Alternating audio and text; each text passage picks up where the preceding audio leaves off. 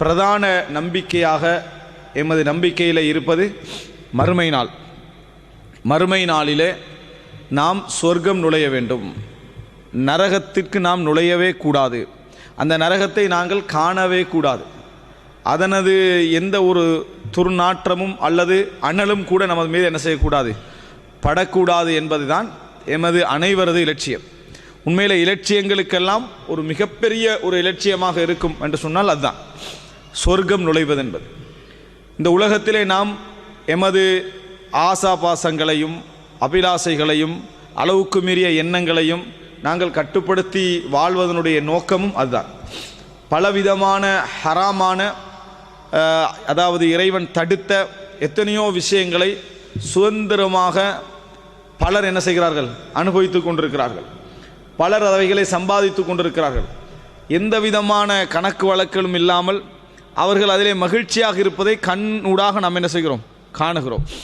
இலகுவான முறையில் பொருளூட்டி கொண்டு இலகுவான முறையிலே அதாவது ஒழுக்கக்கேடுகளிலும் பொருளாதார மோசடிகளிலும் பதவி அந்தஸ்துகளிலும் போட்டி போட்டுக்கொண்டு சுதந்திரமான மனோ இச்சை எதெல்லாம் சொல்கிறதோ அதற்கு ஏற்ப வாழக்கூடியவர்களை பக்கத்தில் கண்ணூடாக காண்கிறோம். எங்களுக்கும் அதே போன்ற ஆற்றல் உண்டு, எங்களுக்கும் அதே போன்ற ஆசையும் உண்டு.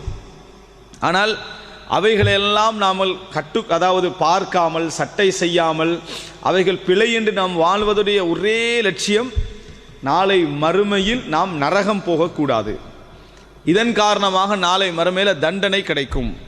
அது பயங்கரமான தண்டனை. நரகம் என்பது நெருப்பு தான் அதனுடைய அடிப்படை. நெருப்பு சுட்டரிக்கக்கூடிய அந்த நெருப்பை அடிப்படையாக வைத்துத்தான் நரகம் என்ன செய்கிறது, அதாவது நரக தண்டனையே இருக்கிறது என்கின்ற அந்த ஒரு அச்சம் இறைவன் எங்களுக்கு நரகத்தை வைத்து எங்களை எச்சரித்திருக்கக்கூடிய அந்த அச்சத்தின் காரணமாகத்தான் இந்த உலக வாழ்க்கையிலே நாங்கள் பல விஷயங்களை அனுபவிக்காமல் என்ன செய்கிறோம், ஒதுங்கிக் கொள்கிறோம், விலகிக் கொள்கிறோம். ஏதாவது ஒரு தவறை நாம் செய்து விட்டாலும் கூட மற்றவர்கள் சர்வசாதாரணமாக பார்க்கக்கூடிய தவறுகள் அவைகளை நாங்கள் செய்து விட்டாலும் கூட உள்ளம் என்ன செய்கிறது, கஷ்டப்படுகிறது, பயப்படுகிறது, தௌபா செய்கிறது. நம்ம அதுக்காண்டி போராடுறோம் என்று சொன்னால் ஒரே காரணம்தான், நாளை மறுமையில் இதற்கு என்ன செய்யும், இறைவன் விசாரிப்பான், இறைவன் தண்டிப்பான் என்கின்ற ஒரு காரணம்தான். இதை தவிர வேறு எதுவுமே என்னதில்லை.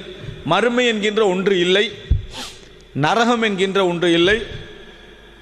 இன்ஹிய இல்லா ஹயாத்துன துன்யா நமூத்து வனஹ்யா. இது எங்களுக்குரிய உலகமே தவிர நம்ம இங்கே என்ன செய்கிறோம், வாழ்கிறோம், மரணிக்கிறோம், இவ்வளவுதான். மறுபடி நம்ம எழுப்பப்பட போவதில்லை என்றிருந்தால் புத்திசாலியாக இருக்கக்கூடியவருடைய சிந்தனை எப்படி இருக்கும் தெரியுமா, நல்ல பேர் எடுக்கணுமென்று இருக்காது. நல்ல பேர் எடுக்கணுமென்றது இருக்காது. புத்திசாலி உள்ளவன் அப்படி தான் இருப்பான்.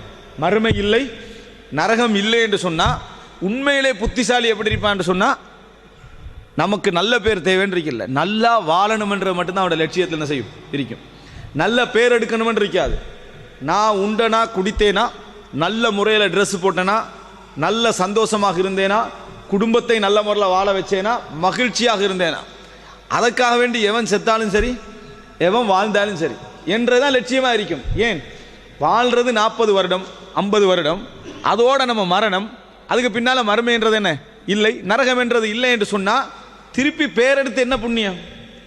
நான் மரணித்த பின்னால் 4 பேர் பாராட்டுறதால எனக்கு என்ன லாபம்? எனக்கு எந்த லாபமும் என்னது இல்லை. அதனால் பொதுவாக மறுமை நம்பிக்கை என்கின்ற ஒரு நம்பிக்கை தான் இந்த உலகத்தை மிக சிறந்த ஒரு கட்டுப்பாட்டுக்குள்ளே கொண்டு வந்து என்ன செய்யும், வைக்கும். எமது மனதையெல்லாம் என்ன செய்யும், கட்டுப்படுத்தும். உலகத்தில் என்னதான் சொல்லிவிட்டாலும் கூட நமது மனதை கட்டுப்படுத்தக்கூடிய ஒரு பெரிய ஒரு பலமாக இறைவன் எங்களுக்கு சொல்வது இந்த மறுமை என்கின்ற நம்பிக்கையும். எனவே இந்த உலகத்தில் நம்ம காணக்கூடிய எல்லா ஆசாபாசங்களை நம்ம கட்டுப்படுத்துவதனுடைய பின்னணியே நரக பயமாகத்தான் இருக்கும். நம்ம நன்மை செய்ததனுடைய மிகப்பெரிய காரணமாக எதிர்க்கும் சொர்க்கத்துடைய ஆசை. நரகத்துடைய பயம் பாவம் செய்யாமல் இருக்க காரணம், அமல்களை விடாமல் இருக்க காரணம், அமல்கள் செய்வது சொர்க்கத்தை பற்றிய ஆசை. ஈமானுடைய அடிப்படையும் அல்லாஹு தாலா குர்ஆன்ல சொல்ற நேரத்தில் வயதஊனனா ரகபம் வரஹபா, அதாவது எங்களிடத்தில் அவர்கள் ஆசையோடும் அச்சத்தோடும் என்ன செய்கிறார்கள், எங்களை பிரார்த்தனை செய்கிறார்கள். ரெண்டு இருக்கும். ஈமானுடைய அடிப்படையில் என்ன செய்யும், ரஹ்பா ரஹ்பா, சொர்க்கத்தில் ஆர்வம் நரகத்தை பற்றிய பயமும் என்ன செய்யும் இருக்கும். எனவே இந்த மாதிரியான ஒரு நிலையில் நரகத்தை பற்றியெல்லாம் நாம் என்ன செய்திருக்கிறோம், படித்திருக்கிறோம். நரகத்தை பற்றியெல்லாம் படித்திருக்கிறோம். அந்த நரகம் எவ்வளோ பயங்கரமானது, இறைவன் நரகத்திலே எப்படிப்பட்ட தண்டனைகளெல்லாம் வைத்திருக்கிறான், என்னென்ன குற்றங்களுக்காக இந்த நரகம் என்ற ஒன்றை அல்லாஹு தஆலா வைத்திருக்கிறான், நரகத்துடைய ஆழகலங்கள் அதாவது வன்மங்கள் என்ன என்றதெல்லாம் நாம் படித்திருக்கிறோம். இந்த நரகத்தை பொறுத்த வரைக்கும் எமது அகைதால் உள்ள ஒரு விஷயம்தான், நரகத்திற்கு நிரந்தரமாக நரகம் செல்கின்றவர்களும் இருக்கிறார்கள், நீண்ட காலம் நரகத்திலே இருக்கக்கூடியவர்களும் இருக்கிறார்கள், சாதாரணமாக நரகத்திலே இருந்து விட்டு வெளியேறக்கூடியவர்களும் என்ன செய்கிறார்கள், இருக்கிறார்கள். நம்ம அகைதால நம்ம படித்து வைத்திருக்கிறோம். ஆனால் இந்த நரகத்திலே இருந்து விடுதலை பெற்று வருதல் என்பது உண்மையிலே சந்தோஷமான செய்தி தான், நரகத்திலே இருந்து விடுதலை பெறுதல் என்பது. ஆனால் உண்மையிலேயே நரகத்துக்கு செல்லல் என்பது ஒரு சந்தோஷமான செய்தி அல்ல.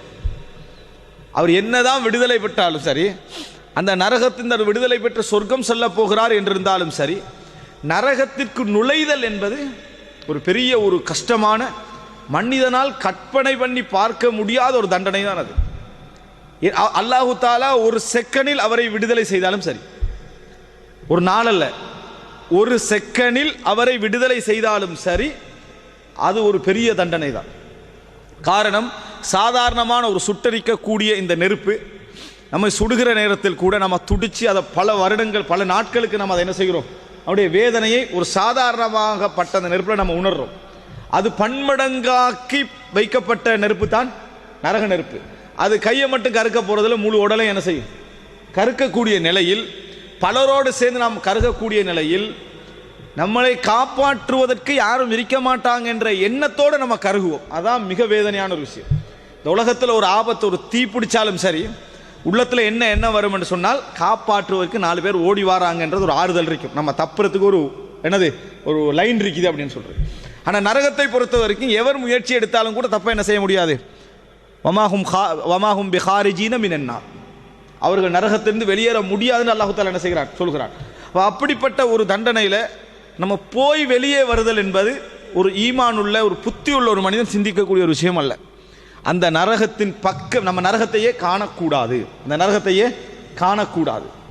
ஆனால் அல்லாஹ் விதியாக என்ன வைத்திருக்கிறான் என்று சொன்னால், ஒவ்வொருவரும் நரகத்தை கடந்துதான் ஆக வேண்டும் என்று விதியாக வச்சுக்கிறான். நல்ல சிறந்த தக்வால உச்சகட்டமாக இருக்கக்கூடிய முஃமினாக இருந்தாலும் சரி, ஆக நரகத்திலே போய் தூளக்கூடிய ஒரு காஃபிராக இருந்தாலும் சரி, எல்லோருமே நரகத்தை தாண்டி ஆக வேண்டும் என்கின்ற ஒரு விதியை அல்லாஹ் தஆலா வைத்திருக்கிறான். அல்லாஹ் குர்ஆனிலே சொல்கிறான், வ இம்மின்கும் இல்லா வாரிதுஹா, உங்களில் எல்லோரும் அந்த நரகத்தை வந்தடைந்தே ஆக வேண்டும், உங்கள் எல்லோரும் அந்த நரகத்தை வந்து அடைந்தே ஆக வேண்டும் என்று அல்லாஹ் தஆலா வைத்திருக்கிறான். வகான அலா ரப்பிக ஹத்மம் மக்தியா, இது இறைவனிடத்தில் மாற்ற முடியாத, இறைவன் விதியாக வைத்திருக்கக்கூடிய ஒன்று. நரகத்தை வந்து அடைந்தே ஆக வேண்டும் என்று இறைவன் விதியாக ஒன்றை வச்சிட்டான்னு சொன்னா, அதுல எந்த விதமான மாற்றமும் என்ன செய்ய போறது இல்லை, வரப்போறது இல்லை. நரகத்தை கடந்தே ஆக வேண்டும் என்று வைத்திருக்கிறான், நரகத்திற்கு வந்தே ஆக வேண்டும். அந்த நரகத்திற்கு வந்தே ஆக வேண்டும் என்ற விதியைத்தான் நாங்கள் எப்படி நம்பியிருக்கிறோம், சிராத் பாலம், சிராத் என்று நம்ம நம்பி வைத்திருக்கிறோம். சொர்க்கத்துக்கு போகக்கூடிய, சொர்க்கத்திற்கான வழியை உண்மையிலே இது இறைவன் இந்த சர்வசாதாரணமான உலகத்தில் வாழக்கூடிய எங்களுக்கு சொல்லக்கூடிய பிரம்மாண்டமான உலகத்தை பற்றிய செய்திகள். இது கைப், அதாவது இந்த உலக அழிவுக்கு பின்னால் இந்த உலகத்திலே நடக்கக்கூடிய பிரம்மாண்டமான செய்திகளை பற்றிய பிரம்மாண்ட உலகத்தை பற்றிய ஒரு சின்ன செய்தி. அந்த உலகத்தில் ஒரு நிகழ்வு தான், நாங்கள் அந்த நரகத்தை அந்த சிராத் என்கின்ற பாலத்தின் ஊடாக என்ன செய்வோம், நாங்கள் தாண்டுவோம். அது அமைக்கப்பட்டிருப்பது எங்களால, எந்த பகுதியால, நரகத்திற்கு மேலால். அதான் அல்லாஹ் தஆலா சொல்றான், வ இம்மின்கும் இல்லா வாரிதுஹா, உங்களில் ஒவ்வொருவரும் அந்த நரகத்திற்கு வந்தே ஆக வேண்டும்.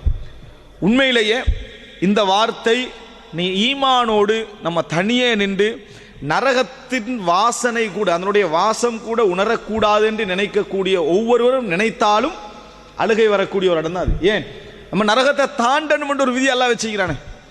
நம்ம உலகத்தில் என்ன அமல் செய்து விட்டாலும் அந்த நரகத்தை நம்ம தாண்டி ஆகணும் என்கின்ற விதி இருக்குதே, அல்லாஹு தாலா என்ன அதில் மூலம் ஒரு செய்தி சொல்ல வருகிறார். இந்த உலகத்தில் எவ்வளவு தூய்மையாக வாழ்ந்து விட்டாலும் எல்லோரும் ஏதோ ஒரு சின்ன பாவமாக என்ன செய்திருப்பார்கள் என்ற விதிதான் அந்த நரகத்தை தாண்ட வேண்டும் என்கின்ற உணர்வு. ரசூலுல்லாஹி ஸல்லல்லாஹு அலைஹி வஸல்லம் அவர்கள் முத்தா யுத்தத்திற்கு 3 தளபதிகளை நியமித்தார்கள். ஒன்று ஜாஃபர் இப்னு அபி தாலிப், அடுத்தது அப்துல்லா இப்னு ரவாஹா, மூன்றாவது ஹாலித் இப்னு வலீத் தலைமையாகிறார்.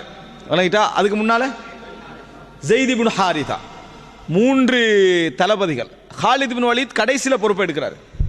இந்த 3 பேரும் போற நேரத்தில் ரசூல் ஸல்லல்லாஹு அலைஹி வஸல்லம் சொன்னாங்க, இவர் கொல்லப்பட்டால் அடுத்தவர் தளபதி ஆகுவார், இவர் கொல்லப்பட்டா அடுத்தவர் தளபதி ஆகுவார், இவர் கொல்லப்பட்டால் அப்படின்னு ரசூலாங்க இந்த 2 பேரையும் சொல்லி 3ஆவது நபரையும் சொல்றாங்க.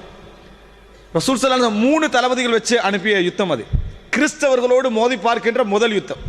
அந்த நேரத்தில் அப்துல்லா இப்னு ரவாஹா அவர்கள் கண்ணீர் விட்டு அழுதார்கள். ரசூலுல்லாஹி ஸல்லல்லாஹு அலைஹி வஸல்லம் அவர்களும் தோழர்களும் வழி அனுப்புகிற நேரத்தில் மூத்தா யுத்தம் ஜோர்தான் போர்டர், அங்கே போகணும், மதீனாலிருந்து போகணும். கண்ணீர் விட்டு அழுகிறாங்க. அப்போ சிலர் கேட்குற ஒரு வேளை ஃபிராக், நம்ம பிரிஞ்சு தூரம் போகிறோமோ என்பதனால் இவர் அழுகிறார் அப்படி என்று சில நபித்தோழர்கள் கேட்கிறார்கள். அப்துல்லா இப்னு ரவாஹா சொன்னார், நான் அதற்காகலாம் அழலை, ஆனால் நான் இந்த யுத்தத்தில் கொல்லப்பட்டாலும் கூட நான் நரகத்தை தாண்டித்தானே சொர்க்கம் போக வேண்டி இருக்கிறது என்று நான் நினைத்து பார்த்து தான் நான் அழுகிறேன் என்று சொன்னார்கள்.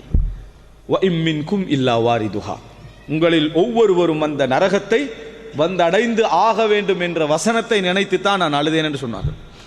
அதாவது அல்லாஹ்வுடைய பாதையில் போய் ஷஹீதாகிட்டாச்சு, ஷஹீதாகினாலும் கூட அவரும் கடக்க வேண்டிய பாதை அது அந்த நரகத்திற்கு மேலால் தான் அவரும் கடக்க வேண்டியிருக்கு. அதை நான் நினைத்து தான் நான் என்ன செய்தேன், நான் அழுகிறேன் என்று சொல்லி அப்துல்லா இப்னு ரவாஹா சொன்னார்கள். அந்த யுத்தத்திலே அப்துல்லா இப்னு ரவாஹா அவர்கள் கொல்லப்பட்டார்கள். அந்த யுத்தத்திலே அவர்கள் கொல்லப்பட்டார்கள். அப்போ நபித்தோழர்களுடைய உள்ளத்திலே இருந்த சிந்தனையை பாருங்கள். இந்த நரகத்தின் பக்கம் நமது எந்த விதமான அடையாளமும் இருக்கக்கூடாது என்ற அந்த உணர்வு தான் உண்மையில் ஒரு மூமெண்ட்டை இருக்கும். நரகத்தை காணாமலே சொர்க்கம் போகிறது தான் ஒரு பெரிய ஒரு நியமம். காணாவது மட்டுமல்ல, இங்கே இருக்குதுன்ற உணர்வே இல்லாமல் தான் நம்ம என்ன செய்யணும், சொர்க்கம் போகணும். அதுதான் மிகப்பெரிய நியமத், அதுதான் மிகப்பெரிய நியமத். ஆனால் அந்த நியமத்தை அனுபவிக்க வேண்டியவர்களாக இருந்தாலும் அவர்கள் அந்த நரகத்தை தாண்டி தான் என்ன செய்ய வேண்டியிருக்கிறது, போக வேண்டியிருக்கிறது.